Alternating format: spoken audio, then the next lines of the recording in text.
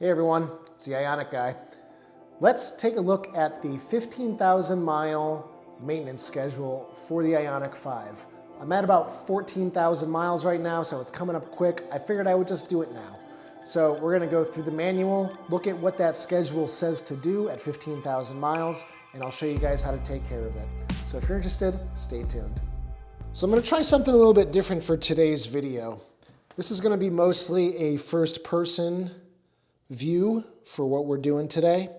So here in the normal maintenance schedule, you can see at 12 months or 15,000 miles, you should have been rotating your tires every 5,000 miles or 4 months. And then the first major replacement in the car, and one of the only replacements for that matter, is the cabin air filter. So we'll just take a walk through the car, but I'm going to show you guys how to replace that cabin air filter so that you guys can save a little bit of money and do that yourself. So to replace the cabin air filter, the first thing you're going to do, pop your hood, open it up. Then you're going to open up your front trunk, and whatever's in the front trunk is going to have to come out. So I've got a few things in here. Once you have everything out, it's pretty much as simple as grabbing up here and just pulling that straight back. And that removes this entire panel right here. Just stick that to the side. Here you can see some of your electrical components, and what you're going to want to do to access the filter is squeeze these two clips right here, pull forward, and then on the opposing side there is a little slot that a tab fits into, and then you can pull this entire thing out. Go ahead and set that to the side, and then in here you can see your filter. Then you can just pull it out. Take note that the airflow arrows should be pointing straight down. So you pull out your air filter. Mine's actually not too bad. I've definitely seen worse in the past. You can see a few little chunks, what have you, some dead bugs probably. Unfortunately at the moment, because the car is so new, this is really the only filter you can get for the car. I can't find any aftermarket options for the Ioniq 5. So unfortunately, you're gonna have to go to one of the online Hyundai parts stores or your local dealer and ask them for this part number, because this is the only one that is gonna work with the Ioniq 5 right now. So if you want like an activated charcoal one or a reusable washable one, you don't really have that choice right now. So what I'm gonna do, I'm just gonna try and knock as much debris out of this right now and blow it out with my air compressor, because I might not even have the car a few months from now, so I'm not gonna spend the $25 to put a new filter in when it's relatively clean. So I got the filter blown out. We can also just pretend that between you and I, this is a new filter. So all you're gonna do now, make sure the arrows for airflow are pointing down, and you're just going to insert that in there. It's a nice fit.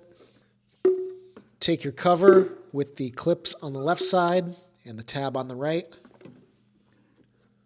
Insert that tab into that little opening right there. And on the other side, just push it shut, and it should be on there nice and tight.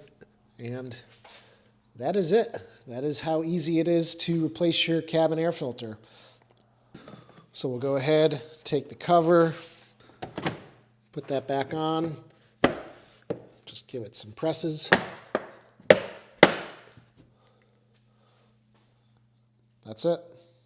Now I will give Hyundai credit for a nice, easy to access cabin air filter, because I've had cars where it is so buried under the glove box, you have to get on your back and slip yourself into the footwell to get to it.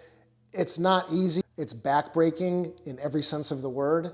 So this is really nice and easy. They put it in a really convenient location. So kudos to Hyundai for finally figuring out a good spot for a cabin air filter. So I guess this is a good opportunity to show you guys just how much critical equipment you can fit into the front trunk so that it's not buried in the trunk. I have my V2L adapter, tire inflation kit, the first aid kit, tire mobility kit. I have my 12-volt battery bank for jump starting in case the battery dies. And I also have my Tesla Tap Mini. So You can actually fit a decent amount of stuff in here. There's even enough space right here. I might be able to fit my 110 volt charger in here, but I'm not going to push it today. Next is check the 12 volt auxiliary battery condition. So when looking under the hood of the Ioniq 5, the 12 volt battery is located right here on the right side of the front trunk. And to gain better access to it, you can see here on this panel, there's a battery icon right there and a symbol that says open. To get to the battery, all you have to do is pull up on this cover. Don't worry, you're not going to break it. And under here, you have your 12 volt battery connections. You have your positive closest to you and your negative on the further side. And the battery terminals look pretty good. I'm not seeing any corrosion. So I would say that the battery connections are pretty good. Then you can close that back up, take your little panel.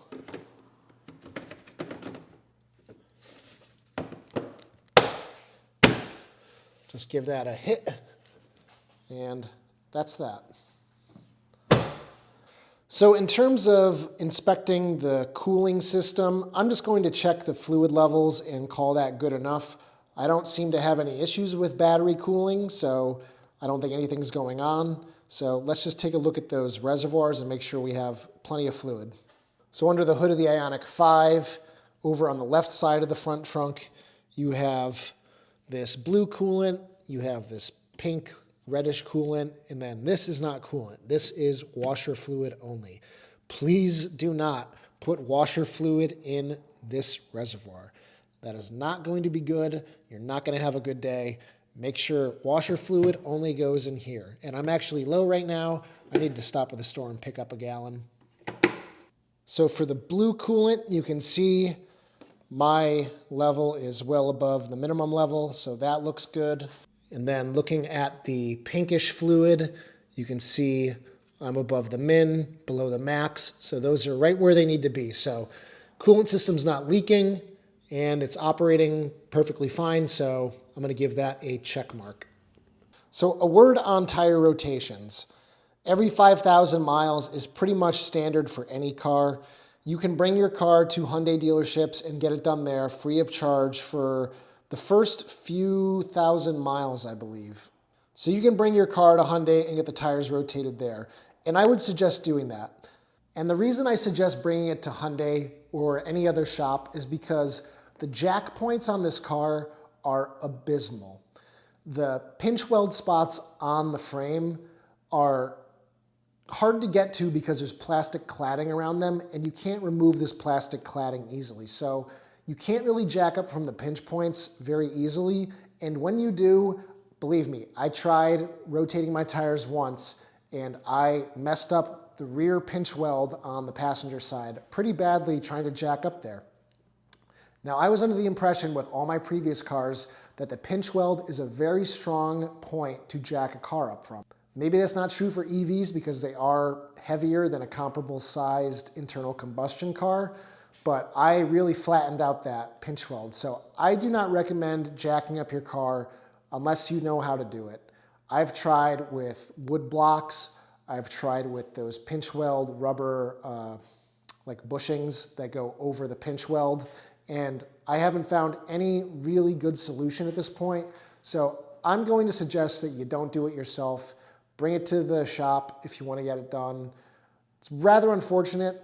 I just think you're really going to eliminate any risk of damaging the frame of your car, which you don't want to do. If you do decide to rotate your tires yourself and you want to reset your interval reminder, you can go from the home screen to Setup, Vehicle, scroll down here to Convenience, Service Interval, and here you can go ahead and either reset. You can select a specific distance. Say you don't want to do just 5,000, you want to do 6,000. You can go ahead and change that there. Or you can do it by duration as well. And once you're done there, you can hit reset. And if you go ahead and do that, then you'll be all set for your next service whenever that time comes. I'm also not going to bother getting under the car and checking the brake lines, hoses, or connections or anything. I haven't had any braking issues. There's no reason any of that should be bad at 15,000 miles. So moving on to the next page, again, the car doesn't really use the mechanical brake system, so there's no real reason why the disc brakes and the pads should need any replacement at this point. Gearing rack linkages, I don't have the ability to check that. The drive shafts and boots, I'd imagine, are perfectly fine. Air conditioning is working fine, so I'm not going to inspect that. You can see the reduction gear fluid doesn't need to be replaced until 35,000 miles or 24 months, whichever comes first. Brake pedal inspection. My brake pedal works, so it's inspected. And the last thing here is to check the brake fluid. Inspect every 5,000 miles or 12 months. Replace every 60,000 miles. So let's take a look at the brake fluid reservoir. So under the hood of the Ioniq 5, your brake fluid reservoir is on the right-hand side if you're looking at the front end. And all you have to do is take off this little cover if you want to look inside. There is a filter in there. And on the side, there is a max fill line. And it's kind of hard to tell the level through the camera, but I can see the fluid level line is just below that max mark. So brake fluid looks good, no brake line leaking. We can put the cover back on. And that's pretty much it under the hood, so we'll close it up. And I want to show you guys a few other things that I like to do periodically with my cars. So the next thing I want to do is inspect my windshield wiper blades because it is wintertime. I want to make sure they're working well and they're not cracking or deteriorating or anything. So I'm going to go ahead and power off the car and then hold the wiper stalk up for a few seconds. And you can see that puts the wipers into maintenance mode, which just brings them up from under the hood because the hood prevents them from being able to lift vertically away from the car. And if you want to see what I'm talking about, you can see when they are in their lower state, if you try to pull it away from the hood, it actually hits the hood. The way they design this is they're fairly well tucked up under the hood. The motor is deep down in here. So you really can't pull them away to get to them quite easily, so you need to use that maintenance mode position. So once they're in this vertical position, you can go ahead and just inspect the edge of the blade. These feel really good. I run my finger along it just to feel if there's any cracking going on or nicks. And for the most part, these feel pretty good. There might be a tiny little nick right there, but not enough that I'm going to replace it.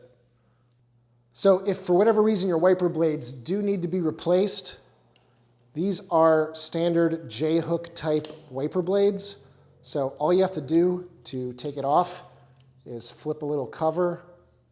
Depending on what wiper blade manufacturer you're using, it'll clip onto the standard J-hook differently. And this is for Bosch icons.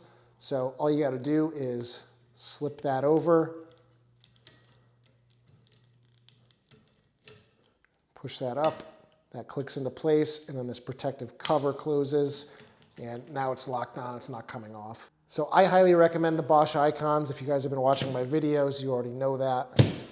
They're very good, high quality wiper blades. They've lasted me a year already, and they're still performing quite well. So once you're done working on your wipers, if you go back in the car,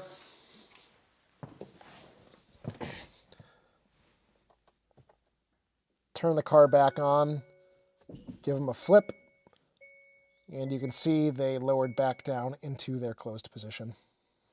And really the only last other item that I check periodically is the tire pressure. And I know the car has a readout.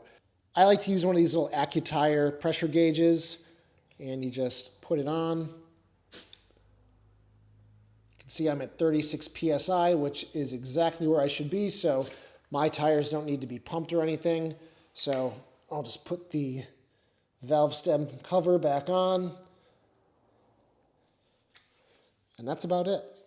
So that's going to about do it for the 15,000 mile scheduled maintenance routine. I showed you what to inspect. Most people should be capable of doing most of these items. Obviously, if you don't feel comfortable, just go to your dealership and let them take care of you. Save yourself a few bucks if you don't want to go to a shop, and just do it yourself. The cabin air filter is about $25 from Hyundai, And that's really the only thing that you need to actually replace. So your first scheduled maintenance routine is only going to cost you about 25 bucks. You can also always just blow out the filter like I did, and that should be good for a few thousand more miles. So anyway, guys, if you like this video, give it a thumbs up, subscribe if you haven't already done so, and I'll see you guys in the next one. Take care, everybody.